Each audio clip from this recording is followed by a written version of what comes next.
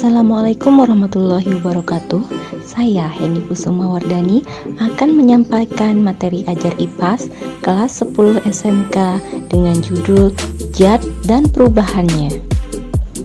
Sebelum kita mempelajari materi hari ini, yuk kita amati perubahan yang terjadi di sekitar kita.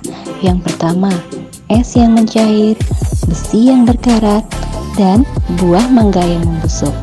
Nah, ketiga zat tersebut sama-sama mengalami perubahan, namun jenis perubahan yang terjadi tentu berbeda. Nah, untuk mengetahui bedanya, kita akan mempelajari di materi selanjutnya. Tujuan pembelajaran kita hari ini yaitu yang pertama, mengklasifikasikan zat berdasarkan wujud dan komposisinya. Yang kedua, mengidentifikasi sifat fisika dan sifat kimia. Yang ketiga, mengidentifikasi perubahan fisika dan perubahan kimia. Cobalah lakukan percobaan sederhana berikut. Ambil air, masukkan ke dalam 3 gelas yang berbeda. Kemudian, masukkan gelas pertama yang berisi air ke dalam freezer, kemudian diamkan 60 menit. Kemudian, masukkan air di gelas kedua ke dalam panci yang dididihkan. Keempat, diamkan air di gelas ketiga. Kelima, amati apa yang terjadi. Dari percobaan sederhana yang telah dilakukan tadi, terdapat beberapa perubahan wujud zat yang terjadi. Yang pertama yaitu membeku. Membeku adalah perubahan zat cair menjadi padat.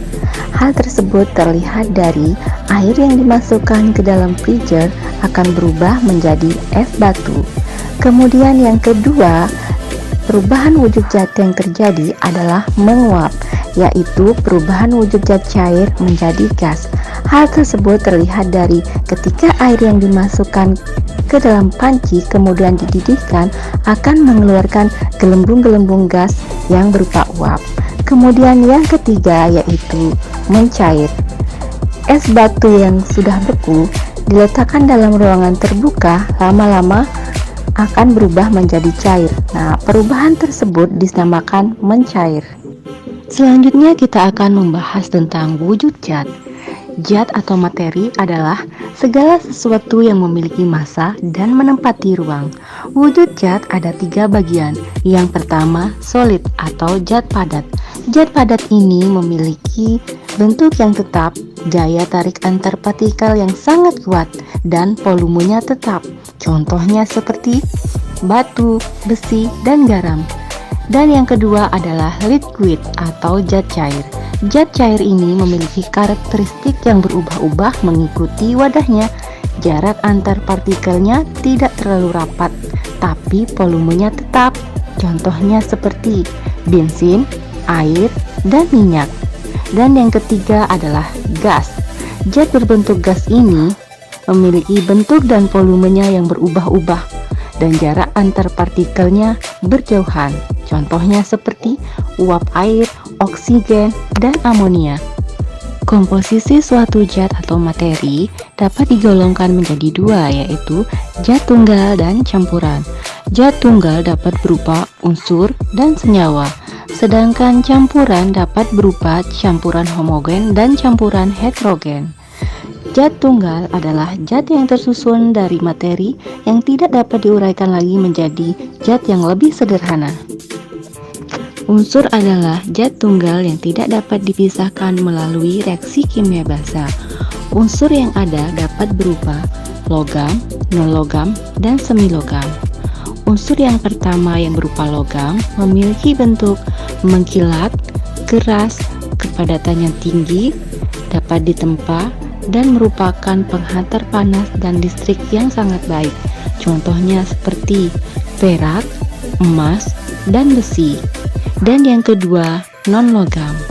Unsur ini tidak memiliki sifat logam, sangat berbeda dengan logam.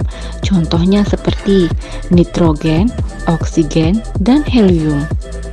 Dan yang ketiga adalah semilogam, atau unsur yang ini disebut unsur metaloid, yang memiliki sifat peralihan antara logam dan non-logam. Contohnya seperti silikon, arsen, dan boron. Zat tunggal selanjutnya adalah senyawa. Senyawa merupakan gabungan dari beberapa unsur yang berbeda melalui reaksi kimia dengan perbandingan tertentu. Contohnya seperti garam dapur atau NaCl. Garam dapur terdiri dari satu atom Na dan satu atom Cl.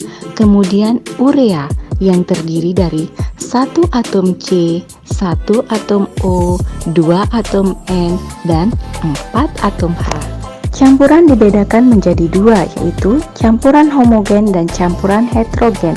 Campuran homogen ini biasa disebut dengan larutan, di mana larutan adalah campuran homogen antara zat terlarut dan zat pelarut.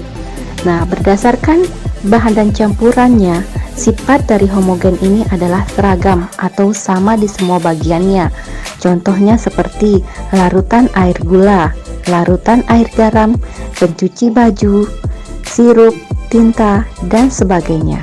Kemudian campuran heterogen adalah campuran yang tidak serba sama, membentuk dua fase atau lebih, dan terdapat batas yang jelas di antara fase-fase tersebut. Misalnya seperti air tanah dan air dengan batu. Selanjutnya kita akan membahas tentang sifat materi. Sifat materi merupakan ciri atau karakteristik dari materi itu sendiri. Untuk mengenal sifat-sifatnya, berarti kita harus mengenal betul materi itu. Demikian juga sebaliknya, sifat materi meliputi sifat fisika dan sifat kimia. Semua sifat materi bersifat ekstensif atau intensif, baik fisik maupun kimia.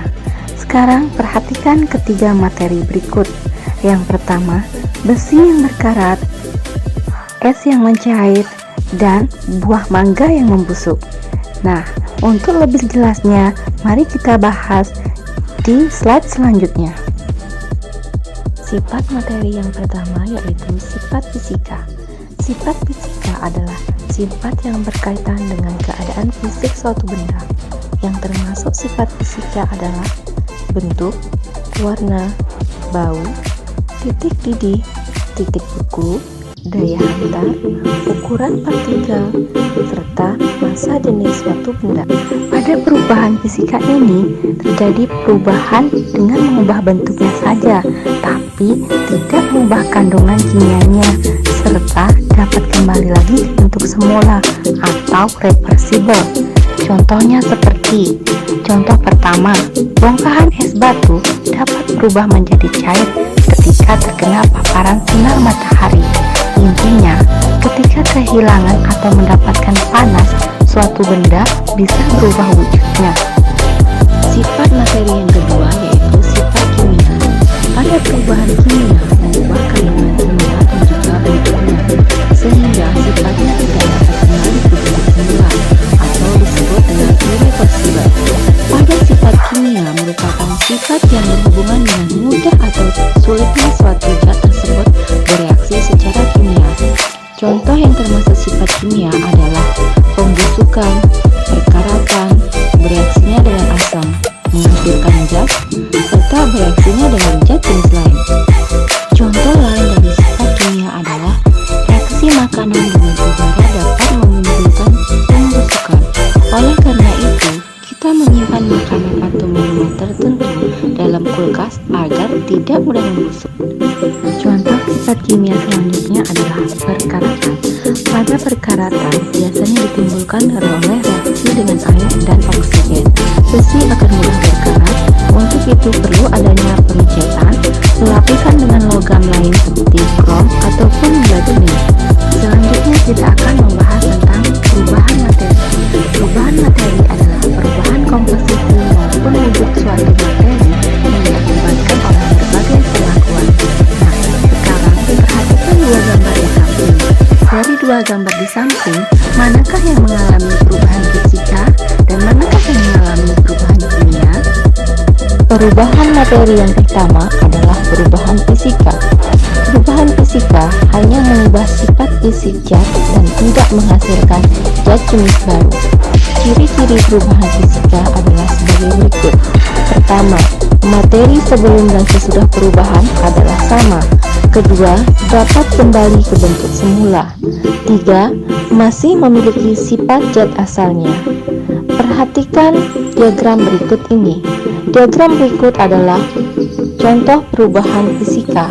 Dari benda padat bisa berubah menjadi benda cair atau gas. Hal tersebut disebabkan oleh perubahan suhu. Perubahan materi yang kedua adalah perubahan kimia. Perubahan kimia adalah perubahan yang menghasilkan zat jenis baru atau materi baru. Tanda-tanda terjadinya perubahan kimia adalah yang pertama, adanya perubahan warna, terbentuknya gas. 3. Terbentuknya endapan.